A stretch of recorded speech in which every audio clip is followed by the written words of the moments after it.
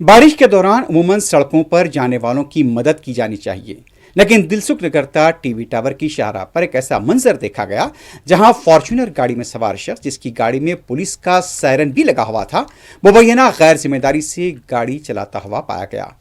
Police को सबसे पहले इस बात का पता चलाना चाहिए कि पुलिस सायरन वाली गाड़ी के जरिए ऐसे हालात में क्यों सड़क पर सनसनी पैदा करने की कोशिश की गई, जबकि बारिश के दौरान लोगों को मदद की जरूरत थी।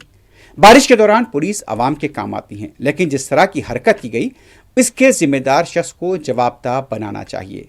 साथ ही सड़कों पर जाने वालों पर पानी उछालना और उनके लिए मुश्किलात पैदा करना मुनासिब नहीं।